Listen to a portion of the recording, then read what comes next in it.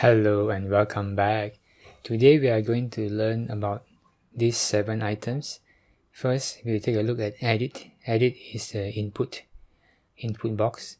And then we take a look at message box for displaying messages to the user. It is a pop-up dialog window.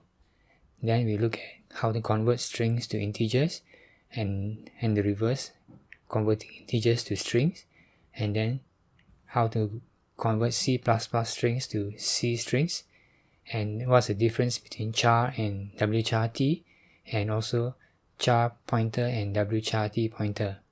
So let's get started. So we are going to use a hands-on approach as always.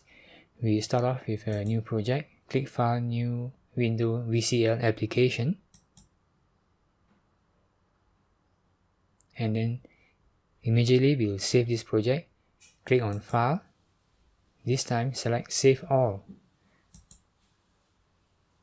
And then here head over to your C++ Builder Projects folder. Open it. And then here let's create a new folder. And call it 03. And we shall call it edits dash strings dash integers dash message box. So this is the name of our folder. It's also to correspond and tally with the name of our topic today that we are going to learn. Then open the new folder and just click Save. Click Save again to save the H header file and the project file as well. Click Save. Now we are going to give a name to our form. The title of the form, we are going to change it. So to change the title, go to the Object Inspector and the caption. Let's just call it Edits Strings Integers Message Boxes. Okay, then the next thing we want to do is to design our form. So we are going to put one input box here. So this is the new thing which we have not done before. So the input box is called Edit, E-D-I-T, Edit. So go over to your palette. You can click on this drop down list and look for Edit and drag it here. And the name of this object is, you can scroll down and see here, it is called Edit1. And then the text inside, you can scroll down and look at the text, is Edit1. So we don't want anything to show in the box, we just hit the backspace button to delete all the text and then click in here. So next we want to add 2 labels. First label here, and then we're going to add a button as well. So let's put our label here. If you remember how to do it, go ahead and try it. Yes, so you can see it's here. So drag the label and put it here, and so we have a label, and this label is called label 1. Let's scroll down and see the object inspector. The name is called label 1. Next, we're going to put a button down here. So go to your standard objects and look for a button, and you can drag the button into your form. And the name of this button is called button 1. I'm going to leave the captions as a default. So now let's write some code and learn how to do some how to use the message box. So okay, let's try this now. So to write code for the button, if you want something to happen when you click on the button, we will create a handler for the button. So you can double click the button, or you can click the button and look for events and select on click. So you can also double click, or you can use this way. So if you're using this way, you just click here, double click here, and then you create a new function for you. Then press the tab key and start typing and your message box. So to have a message box, you type application, then put the / the arrow, and you need to save before this IntelliSense pops up. So you Control S to save the file, then this thing will pop up. For example, if I want the IntelliSense to pop up, I have to save it first. Before you save, you will see a circle here, this part here. So you need to save it first, Control S, and then you type the arrow, then IntelliSense will pop up. Then you look for MessageBox, type MESS, and this thing opens up, and you can select this MessageBox. And in here you can just type your message. Alright, this is something new for you. So to type a string, this is a white 2-byte string. And what I mean is every character is 2 bytes, so you have to put an L in front. L stands for long. Then after that you can type hello, and then here second parameter is your caption. So your caption also same, you can put the string, you can just write caption here as a caption, and here you can put the type of button you want to show, MBOK, and then you can run it. MBOK is the button OK. So let's now run it. Before that, let's set this to release. So click on the build configuration and select release, and then click run. Okay, there's one error, let's fix it. It says here no member name MessageBox A. So let's check out what's wrong. Alright, it should be MessageBox without the A. Alright, so let's try it again. Alright, so it works. So now if you click on the button, the message box pops up. So the caption is coming from here, the message inside the text is coming from here, and the button is OK button. If you want to put an icon, then you can do it this way. Just put a pipe symbol. Pipe symbol is above the enter key on my keyboard, and you might need to press the shift key to get it. Then you can put asterisk icon. If you need to look at more help for this, you can put your cursor here and then press F1, and it will open up the help, code examples and topic. And then you can click on the first one, for example, code examples, display, and it will open up the help. Okay, this is the Delphi, and let's see if we can find the Windows C++ version.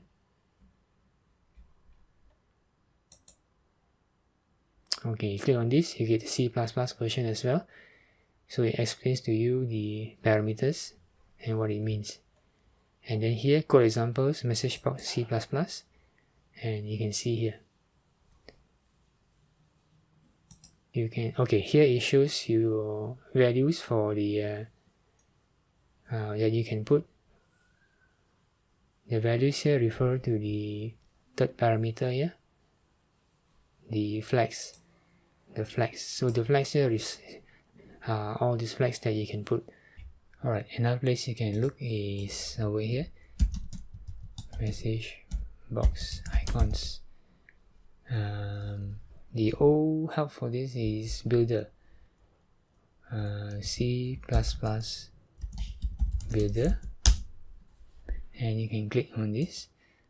So here it gives you the type of icons that you can use for your message box. So we are using icon asterisk over here.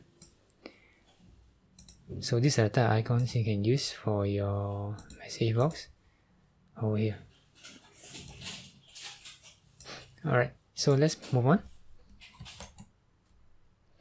So now we are going to make use of the input, the edit. So as you recall, if you want to go back to your design view, just click down here, design, and you can see all your objects that you have. So now we are going to make use of edit 1. So let's try that now. How do you get the text from edit 1?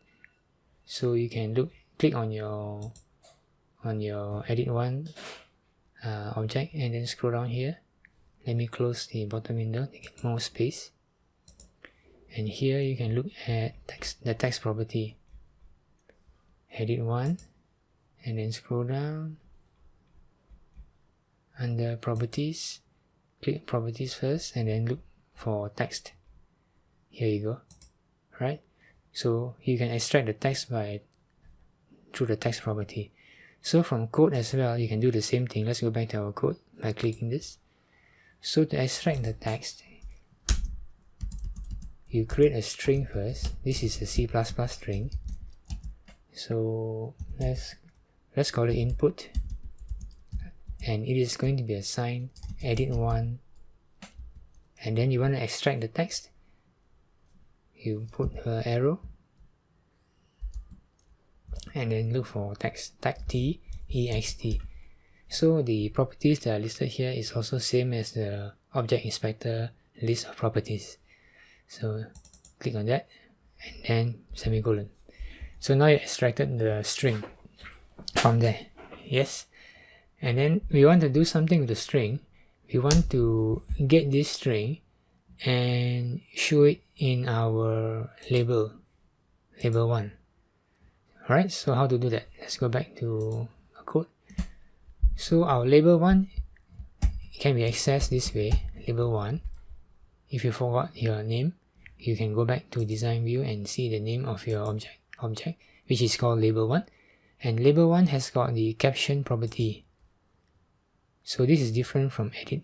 Edit has got the text property to extract the text or to set the text, but label 1 has got the caption property for it to set or extract the text.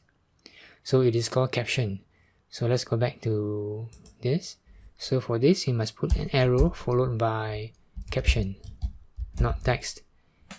Right? So this, now you can assign the caption to the string called input from here. So let's just type input here. Like that. So now we're going to run it.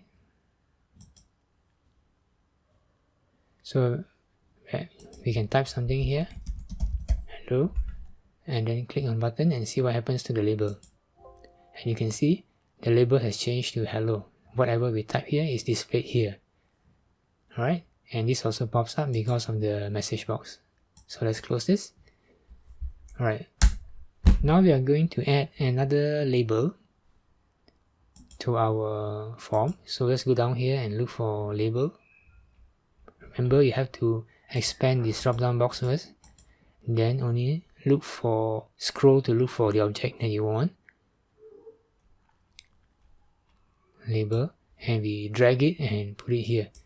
And this object is called, the name of it is called label 2. As you can scroll down and see, it's called label 2. So this is our plan. We are going to extract the number that we type in here. We are going to use this field to enter number. Let's say you enter number 3, and then when you click the button, we are going to take the number 3 and multiply it by 2 and show the result here. So it should show 6 here. Okay, so when you press the button, it takes the number from here, multiply by 2 and show the result here. That is our plan. Alright, let's get started. So let's go to unit, and now we are going to extract this. Right, so now the input that we get from the edit 1 text is a string. We need to convert it into a number and save it into an integer. So let's create an integer variable. We'll call it num, integer num, and this is how you declare variables. Integer, the name, the keyword, and then followed by the variable name. Just like over here, we want to declare a string, we must use the string keyword and then the name of the variable. And then we're going to assign something to it, and we're going to assign this number. But this number is a string, so in order to convert it to an integer, we type input and then we put dot and then we are going to type 2 integer, and you can see the IntelliSense has found it. So double click on this. So this function, built-in function that comes from this object, will convert this string into an integer, and now we can perform arithmetical operations on the integer.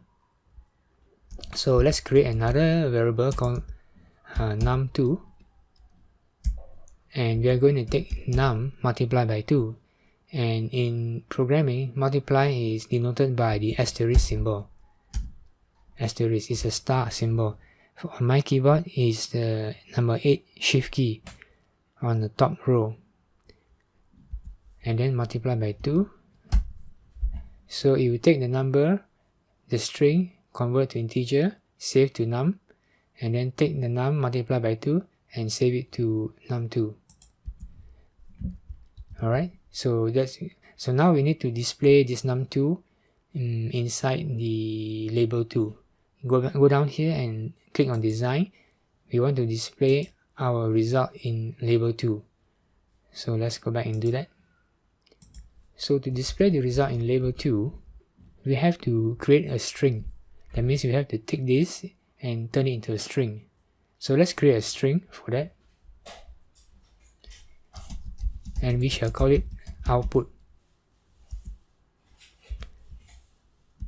Let's create a nice text for that. So remember in C++ builder, the strings must have a prefix L and followed by the code like that. And we can concatenate two strings together by using the plus symbol. And now we have to convert the num2 into a string. So to convert into a string, we use the int to string function, and then we pass it the parameter num2. So now this has become a C++ string, and then we combine this to get a longer string. Then we save the new string into this variable. Next thing we want to do is display it using the label 2. So we can just copy this line, and put it here.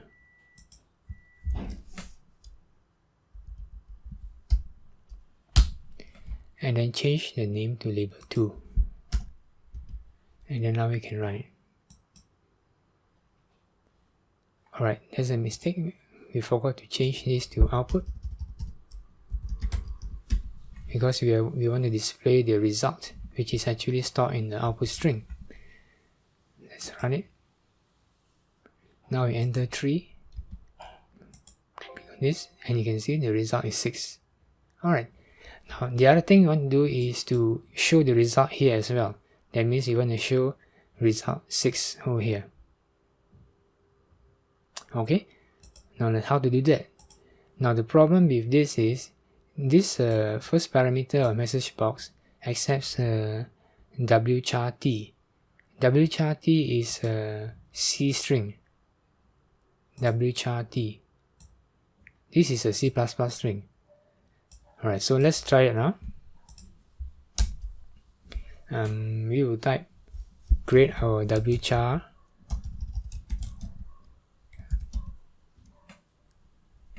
Now we need to use the pointer symbol because we want to create string, and then give a new name. Maybe we call it num3, or why not we call it wchar, wch, white character. W means white character. It means that every character is stored in 2 bytes instead of 1 byte. Now in C programming, character stores every of the character in 1 byte, but wchar_t stores every character in 2 bytes. That's the difference. Okay, why do we need to use wchar not char? Because the C++ builder requires the use of wchar in the message box. So that's why we need to do this. So now over here we can copy this line, or yes, we just copy this line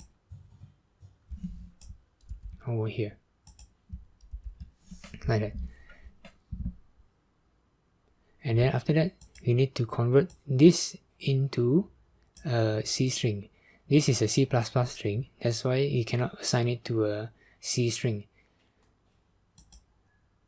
So we need, in order to convert this into a C string, we need to use the built-in function C_string. Alright, and save it. And now the error should go away.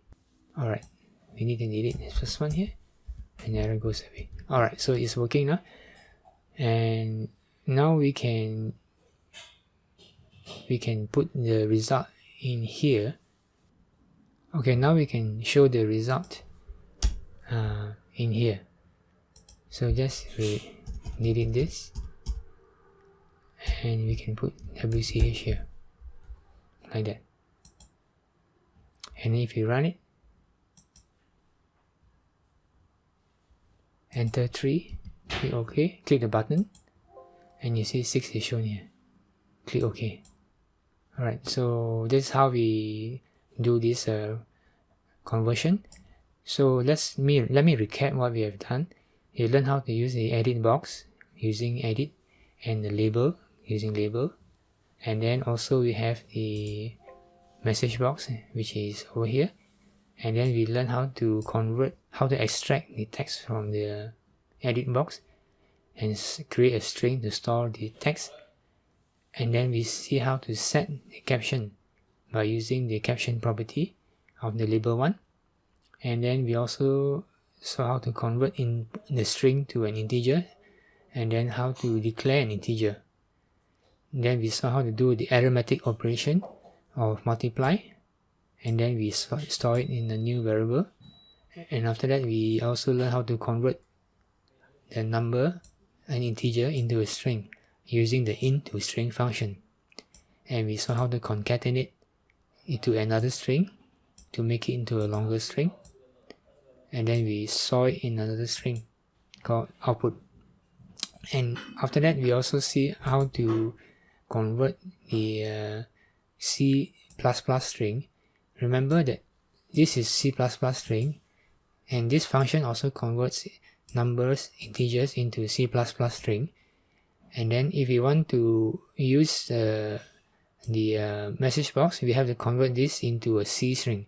So to convert to C string, we need to use this function cstr. After that, we can just plug this into the first parameter to give you the message box results. So that's all for this lesson. Thank you for watching.